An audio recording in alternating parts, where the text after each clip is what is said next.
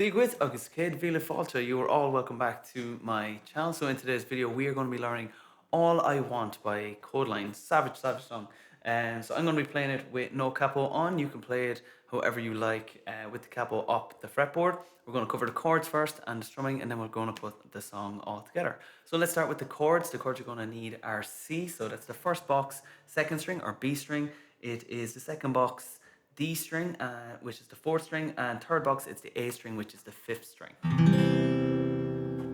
Now we also need F for this song, so there's three versions of F. We have an easy version, which is the first box, B string, string 2, second box, G string, which is string 3, and the third box, D string, which is string 4.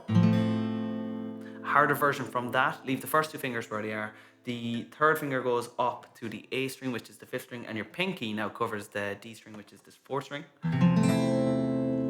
Harder version from that, make the first finger into a mini bar chord, so it's going to cover the little E string now as well. And the full F version is just a bar chord with that first finger, with the other fingers all on.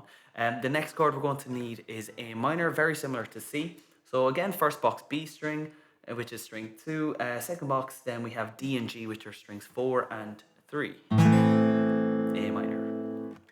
There is another chord in this called G/B, which is, you can just use a G chord if you like. So G is second box A string, which is the fifth string. Third box then big E, which is the sixth string, and then I use the B string and little E in box 3 as well, which is strings 3 and 1. But G/B is basically just that first middle finger off. Gives that open sound. But I just leave it on. So you can do G/B or G. Either one is absolutely fine for going into the chorus. So use this at the end of the verse to go into the chorus, or in the middle of the song on line 2 of the verses as well. You go from C into, I use G or G/B, and then into A minor. So it's up to you which one you prefer to use. I use that one. You can use that one. Okay. Right. So the song itself then, it's laid out as in a verse, a chorus, a verse, a chorus, and then we have a bridge. And then it comes back to the chorus again to finish it out, and then I like to finish with the verse,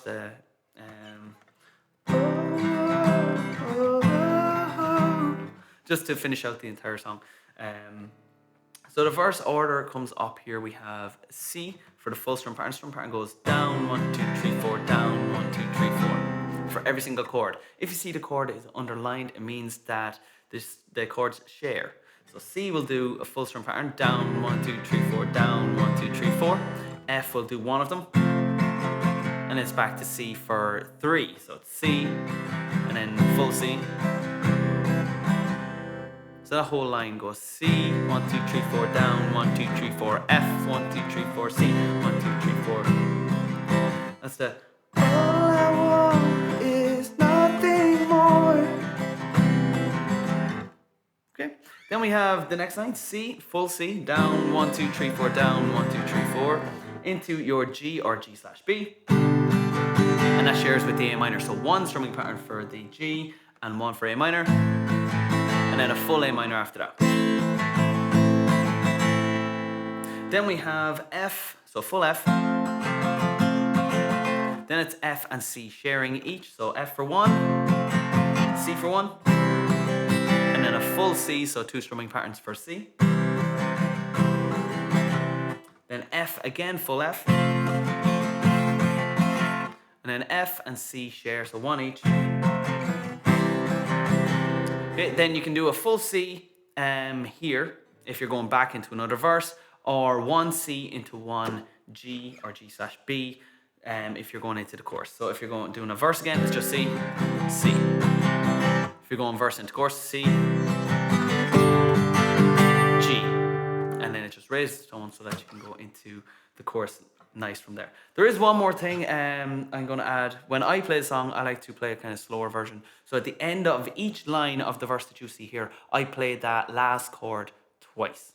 So at the end of the first line, I play another C. At the end of the second line, I play another A minor. At the end of the third line, I play another C. And at the end of the fourth line, I do an extra C before the G. Even going into the chorus, I do an extra full C before going into that G or G/B. So it just gives you a bit more time in between the lines to really connect with the song emotionally, especially if you're performing it to a crowd and you want people to listen and get involved. People sing slow, especially as a crowd. So if you are singing this for people, I always throw in an extra chord. I just hold it for a little longer. You can go straight as it is there, straight from line to line to line to line. I just like to play an extra chord in between each line just to give myself a breath, because you're going to be playing the whole song and it's fairly long. Then we have the chorus of the song. So the chorus for chorus goes A minor, F, F, C, C, G, G, and then that's all played again. So it goes A minor, and it's 2 strumming patterns for every chord. So A minor, you're going to be strumming 4 times. 1, 2, 3, 4. Then the F, whichever one you choose. 1, 2, 3, 4. C, 1, 2, 3, 4, and G. Okay, 4 times as well. And then you just repeat that all again. So that's the... If you love me, why'd you leave me? Take my body, take my body. Okay, and it just goes on like that. Same chords, just repeated over and over again. So that is the verse, chorus. Then you can do the line of the verse again as an instrumental to lead you into the next verse. You can do a full verse as an instrumental to lead you into the next verse. But then the next part of the song is just verse, chorus. And then it goes to the bridge and the chorus then to finish out the song. So let's get into the bridge section next. Okay, so the bridge section is just 2 chords, D minor and G. So for D minor, you need your first finger in the first box on little E, which is the first string. So 1, 1, 1, first finger, first box, first string. Your second finger needs to go on the G string in box 2, which is the 3rd string.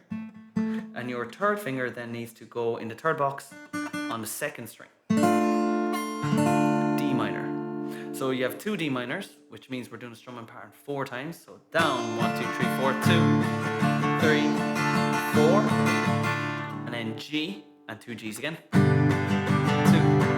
3, 4. So 2 G chords, which is 4 strumming patterns, and then D minor again. 1, 2, 3, 4, and then G, G, G until the end. 1, 2, 3, 4, and then the extra one to drive you into that chorus. 5, 6. Cause if you love me. So you're straight into that chorus then after that. So that bridge is just where the band kind of joins in and they do the oh, oh, oh, oh, oh, oh, oh. Okay, so it's just that build in the middle of the song. So when you're playing a song, verse 1 with the extra chord at the end or not, chorus. Verse 2, chorus, bridge with your D minor and G, and then chorus. And then when I finish out the chorus, I just do a full verse at the end for the just trying to remember here because I'm thinking of the song. It's